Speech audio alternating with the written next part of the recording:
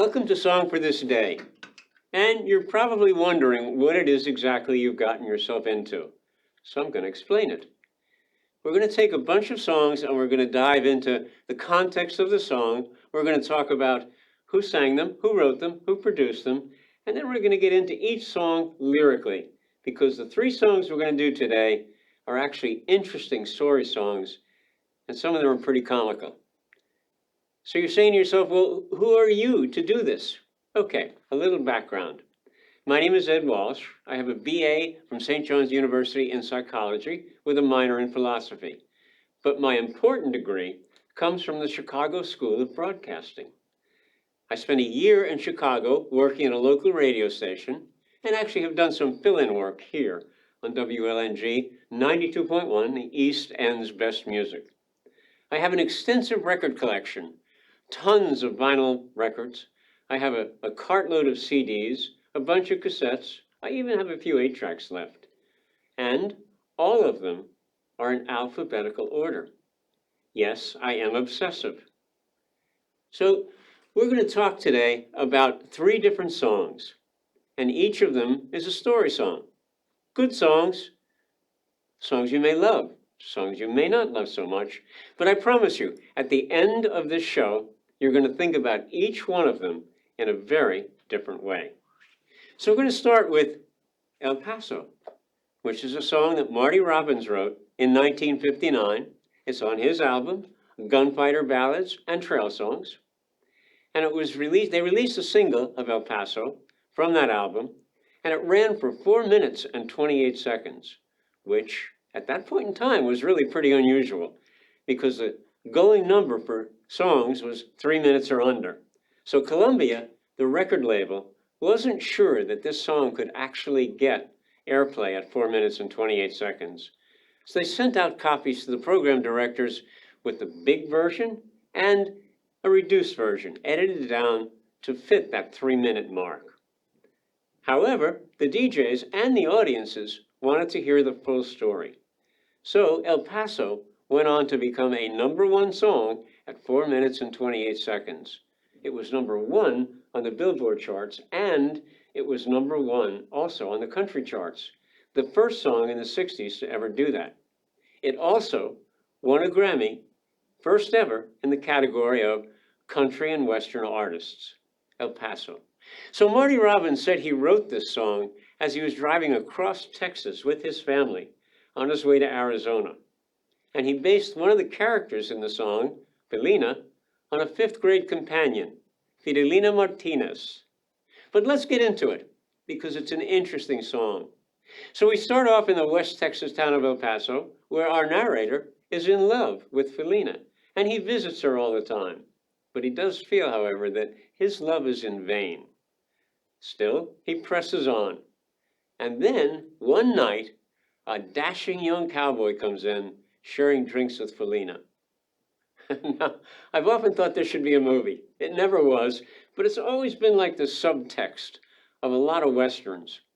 And in those Westerns, they have the romance and the love in vain, and what we're going to see coming up, an ultimate gunfight. I thought casting the movie would be interesting. Your first Western actor that you might think about is Clint Eastwood. But if Clint Eastwood couldn't get the girl, he'd just find another one. So I thought, maybe Gary Cooper. Now, in movies, he was a pretty sincere, straightforward, and honest guy. So if he fell in love with Felina, he would be in love with Felina. And who to play Felina? Madonna. Why not? Get a little bit more into this century.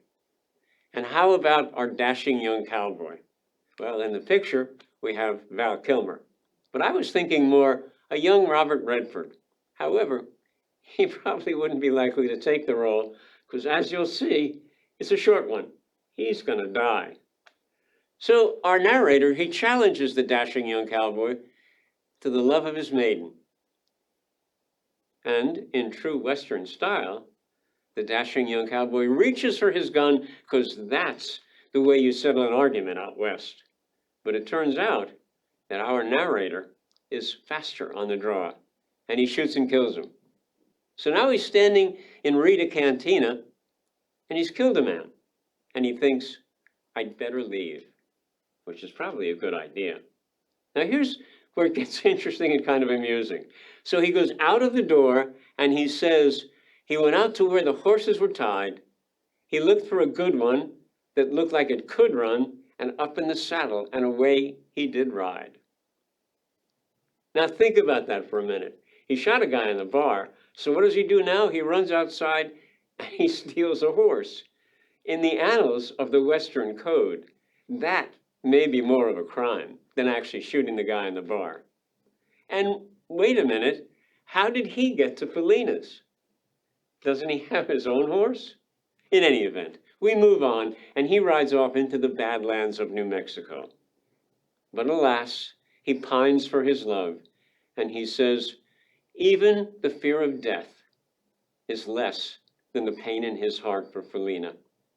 So he gets back on that stolen horse, we presume, and rides back to Rosa's cantina. And at the top of the hill, he looks down, he's almost there, and I'm thinking he's gonna make it. And he starts down the hill to the cantina to find his love, Felina. But then he looks off to his right, or your right, as the case may be, and he sees 5 mounted cowboys. And then he looks over on the other side to the left, and he sees a dozen or more. And all of these guys, I don't have enough fingers, 17 of them are shouting and shooting at him. But he's not giving up. He's going to get to Felina. So he rides down the hill, and at some point he says he feels a real burning in his side, and he's getting tired, and he can no longer ride. He falls off the horse. Now we presume from that, even though it's not detailed in the song, that he got shot.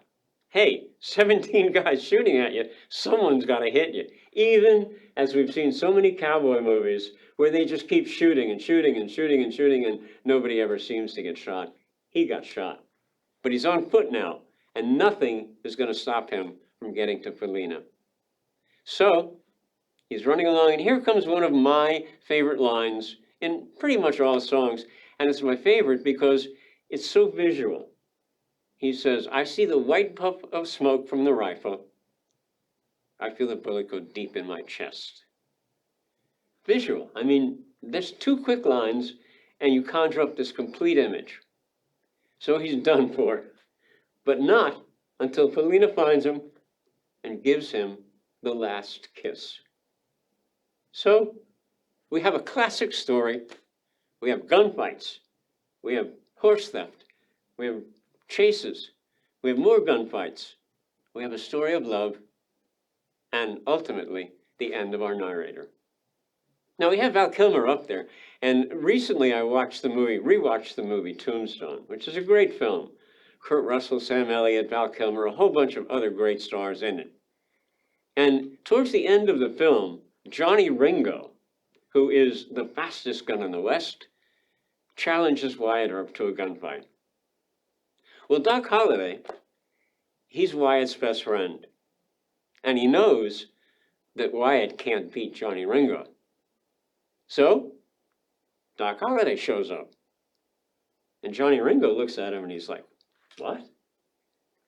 To which Val Kilmer replies, in one of the more memorable lines, certainly in this movie and in many movies, he says, I'm your huckleberry. What? I'm your huckleberry? I didn't know what that meant. I wasn't sure if it was supposed to be funny or what, so I looked it up. It turns out, in the 1800s, that when you said, I'm your huckleberry, it meant, I'm your guy. I'm the man you're looking for. I'm the one. So anyway, just in case you haven't seen the film, it turns out Doc Holliday is faster than the fastest gun in the West, and he kills Johnny Ringo.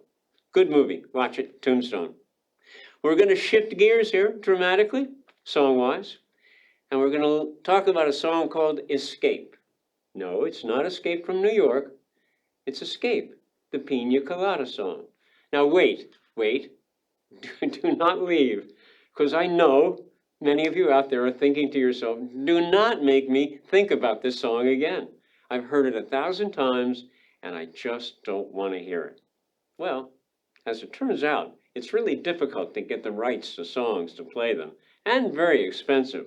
so you won't have to hear it, but we are going to talk about it. So Escape, it was written by Rupert Holmes. And Rupert Holmes actually wrote a bunch of Broadway plays, like Say Goodnight, Gracie, and The Mystery of Edwin Drood. And he also wrote songs that were recorded by Barbra Streisand, Britney Spears, Judy Collins, a lot of other artists. He created a TV series called When, W-E-N-N, and he's won Emmys and Tonys and Edgars. And even he says, when people encounter him and recognize who he is, what's the first thing they say? Oh, you're the guy who wrote that Pina Colada song. Even Rupert Holmes has said, the song was never meant to be heard 100 million times. It was a short story with a little wink at the end of it, and that was it. Now, he started off in the music business when he was 20. And he was writing jingles. He updated Charlie Pride's catalog. Here's an interesting fact. He did the arrangement for the marching band version of Jingle Bell Rock. I'd love to hear that. I don't know about you. Rupert Holmes. He also had a good friend, Michael Wright. Michael, he worked for Scepter Records. He was a junior executive there, but he had a key to the studio. And when the studio wasn't being used, he would call up Rupert and say, Rupert, let's get together and do some music. And they would. One time he said to Rupert Holmes, the record label just signed this group called The Boys, B-U-O-Y-S. Isn't that clever? He said, they're not songwriters. They don't have anything good to record. So what do you think? Could you write them a hit single? And Rupert Holmes thought, I could do that. I could write a hit single. So he went home and he started working on it, playing some tunes, and he got the tune together. It was a happy, poppy tune. But he couldn't figure out what the lyrics are going to be. And he thought to himself, you know what I'm going to do? I'm going to write a song that's going to get banned, and we're all going to be famous. While he was thinking that thought, he was listening to Tennessee Ernie Ford. You load 16 tons, and what do you get? He's like, yeah, okay. He was also watching a lot of TV. And all of a sudden, Julia Child came on TV, and he said, Eureka, I've got it. That's the song. And he wrote a song called Timothy. Happy, poppy tune. Now, if you've lived in New York for most of your life, you've probably never heard Timothy. And do you know why? Because when the record label sent out the song to all of the program directors around the country, it came into the viewing of local program directors here in New York who are very discerning. And they listened to it and they said, yeah, no, we're not going to play that song. Done. Not going to play it. Outside of the New York market, however, most of those program directors never really paid attention to it. Happy, poppy tune, they played it. People kept calling into the station, I love that song, keep playing it, I love that song, keep playing it. Finally, the program directors started to listen to it. And they said, what? Have you listened to this song? We can't play this song. And they tried to stop playing the song, but the listeners wouldn't let them. Timothy became a top 20 hit outside of the New York marketplace. And the program directors found out what the song was about. Here's what it was about. It's these three boys, and they decide to go exploring in a mine. You load 16 tons, and what do you get? But they get trapped. And they're in the mine for maybe a week, maybe 2 weeks, until they're finally rescued. When they're rescued, there's only two of them. And they can't remember what happened to Timothy. It's his song, Timothy. I'm going to tell you what happened to Timothy. Timothy relates to the Julia Childs part of this story. What happened to him? Yes, the boys ate him. Probably the only top 20 song that ever dealt with the concept of cannibalism. You can tell your friends. Listen to it. That's exactly what happened. There was another song way before that called Stranded in the Jungle, and they had the guy in a pot and they were going to cook him up, but they never ate him. They did in Timothy. Let's move on to Escape, though. Enough of this cannibalism stuff. It's dark. So Escape, Rupert Holmes' song. As he said, never meant to be played 100 million times. Just a quick, short story with a little wink at the end. And I promise you, when we get to the end of this song, unless you already know this, you're going to think of it in a completely different way. So we start out with this very sleazy narrator. The narrator, actually, is thinking about the dusty romance that he's involved in with his own lovely lady. And here's what he's doing. I'll be right back. Don't go away.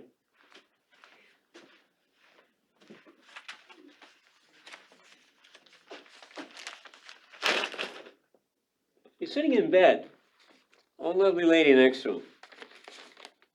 And he's reading the personal columns. What?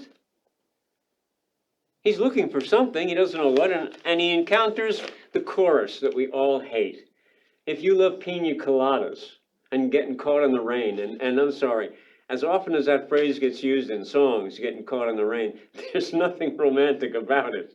Anyway, it goes on to say, and if you like making love in the Cape, then come with me and we'll escape. And he says, bingo, that's the love that I'm looking for, as the personal ad says. So he writes his own personal ad and he puts it in the paper. Only he says, I don't want to wait to hear back from you. If we're going to plan our escape, then we should meet tomorrow at noon at a bar called O'Malley's. And so he says, he waited with high hopes. And as soon as she walked into the bar, he realized he knew her. He could tell by her smile and the curve of her face, it was his own lovely lady. And she said, well, it's you. No. She didn't say it that way. She said it, oh, it's you.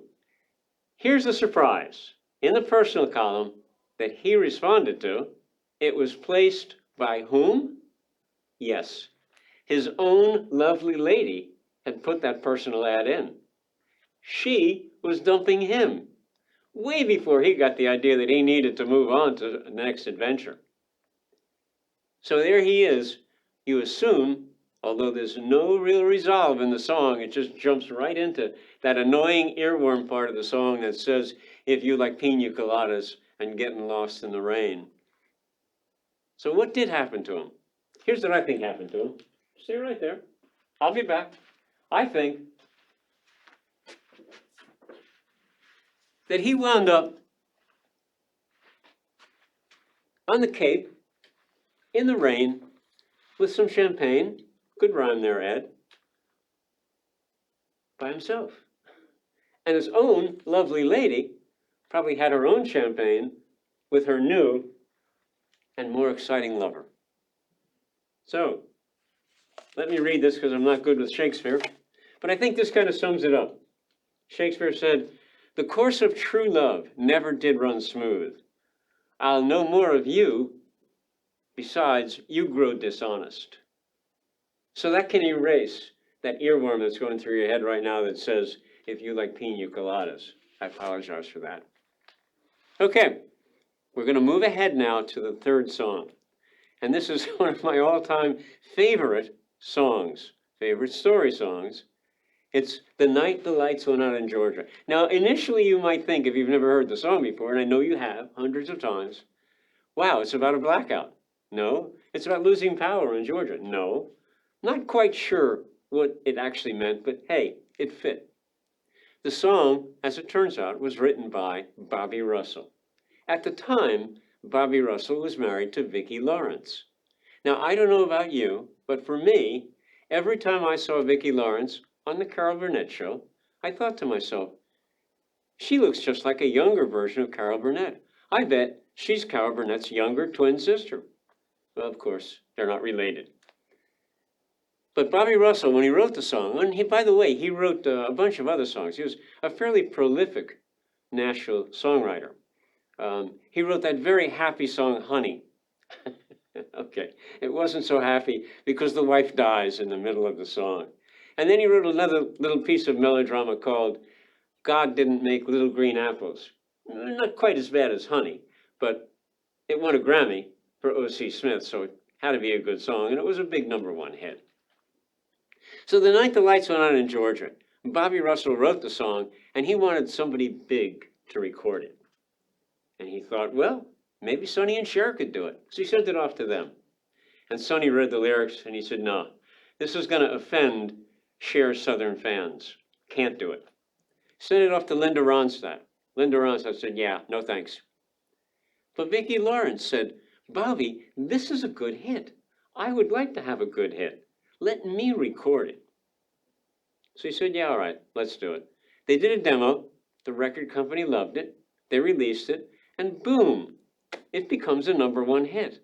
Frequently played, millions and millions of copies are sold, and then Reba McEntire records it, and it becomes a big #1 country hit. And it's such a big hit that somebody foolish decides to make a movie out of it. Now, I've never seen the movie, but it did get 1.5 stars. So that is probably a good reason to never really see the movie. But here's a song that inspired a movie. So let's get into it and find out just what it was that drew all of these movie producers to want to create a movie. So we start off with a character who's kind of nameless through the song, but in the movie, I checked, they call him Travis. So I'm going to call him Travis as well. Travis, he's been out of town for 2 weeks, left his wife behind, and he's gone to Candletop. I know nothing about Georgia geography, but I checked Candletop. And the biggest, most important thing in Candletop, Georgia, is a prison. Now, I don't know what Travis was doing there. He couldn't have been in prison. He was only gone for 2 weeks. Couldn't have been visiting somebody. He was gone for 2 weeks. So we don't know. But he comes back, 2-week adventure away from his wife. He decides he's going to stop at the local bar and have a beer before he goes home. And he walks into the local bar, and who does he run into but his friend Andy Wardlow. Now, just to qualify, Andy is not the sharpest knife in the drawer, and you'll see why in a minute. So here comes Travis. Hey, Andy. Travis says, hey, how you doing? They sit down to have a beer, but before he even has the first sip of beer, Andy says to him, I got some bad news for you. Now, that's not the first thing you should say to a friend you haven't seen for a while. But Andy says, your wife, while you've been out of town, has been sleeping with that Seth Amos boy. Well, Travis is like, what? I've been gone 2 weeks? And she's sleeping with Seth Amos? He's hurt. He's angry. He's upset. He doesn't know what to do. But Andy's a good friend. So he wants to calm him down. I mean, what does a friend do at this point in time? So he says the only thing he can. He says, by the way, Travis, I'm sleeping with her too. Wait, what? Now he's really pissed. And Andy, not the sharpest knife in the drawer, thinks, uh-oh, this was not a good idea. I better get out of here. Meantime, Travis is really upset. So he goes home. His wife isn't there. But the only thing his father left him, not like the other song, the only thing our father left was alone. His father at least left him a gun. He takes the gun, and he is going to go kill Andy. Well, you think to yourself, maybe he should do that. I don't know. He gets to Andy's house, and he finds tracks in the ground, small tracks.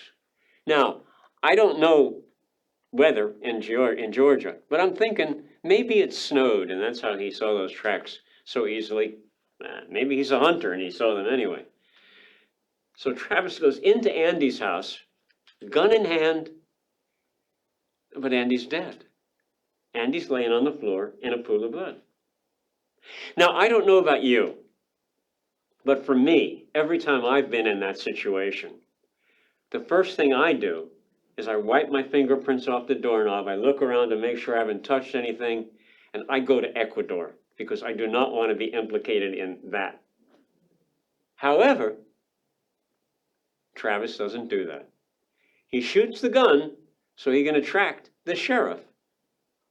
And when the sheriff arrives, in true Georgia expert forensic abilities, He looks at the house and he says, dead guy, pool of blood, man with a gun.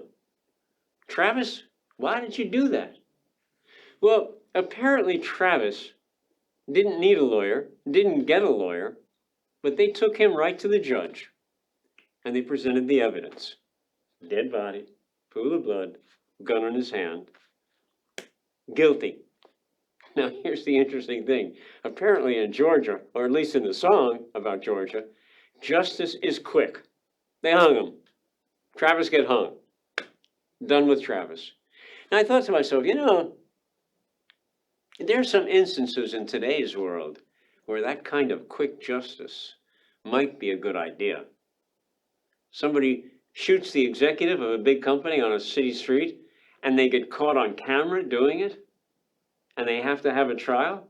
Take them to Georgia. They know what to do with people like that. We still need due process. It's important in today's world. We are civilized. So here's where the song turns now, and it gets even more interesting if you haven't thought it's interesting up until now. We discover that the singer of the song is Travis's sister. She didn't tell us that at the beginning, but she's Travis's sister. And it turns out she shot Andy. And she brags about the fact that she also shot his wife. And she says that's one body they're never going to find. So on some level, she's kind of taken care of her older brother. On another level, though, I think it goes back to her early childhood, when their mother would come in and say, who did this? And Travis would say, she did. Well, who did that? She did. So now his sister turns the tables, and when asked who did that, she said, he did. I did it. And hey, whatever happened to Seth Amos? He got away scot-free. Travis is dead. Andy is dead. Who knows? His wife is dead. On and on. So then we have 3 songs. I hope that when you listen to them the next time, you think about them just a little bit differently than you might have when you first heard them. El Paso, a great rhyming Western song in waltz time. 1, 2, 3, 1, 2, 3, 1, 2, 3. And then we have Escape, where you thought the guy was really just the low life, whatever. It turns out his lovely lady was even lower life than him, dumping him before he could get to it. And then The Night the Lights Are Out in Georgia. So much is wrong with the song lyrically, but still, all 3 of them, fine songs, good songs to listen to, and I hope you enjoyed them. So, my name is Ed Walsh. In a world of cliches, I hope you enjoyed the ride. Next time we'll find ourselves a good one that looks like it could run, and we'll jump on top and ride away. Now, I've been doing a daily blog for about 5 years now. It's called Song of the Day. And if you would like to be included, receiving each day in the morning a song with some information about it, the video of the song, and lyrics, in case you'd like to sing along, I would be happy to include you on our mailing list. Just send me your email address to songforthisday@gmail.com. That is songforthisday@gmail.com. No spaces. Free. It's completely free. Did I mention it's free? There's no obligation on your part except to listen to it, and I'd be happy to include you on the mailing. So that's it for me for today. Song for this day, 3 lovely songs from 3 interesting artists, all #1 hits. One of them an earworm. I promise you'll be singing in your head that you like pina coladas and maybe hating me for doing it. So we'll be doing more of these coming up in the future, and I hope you'll stick around and come back and join us for them. Thank you. Happy trails.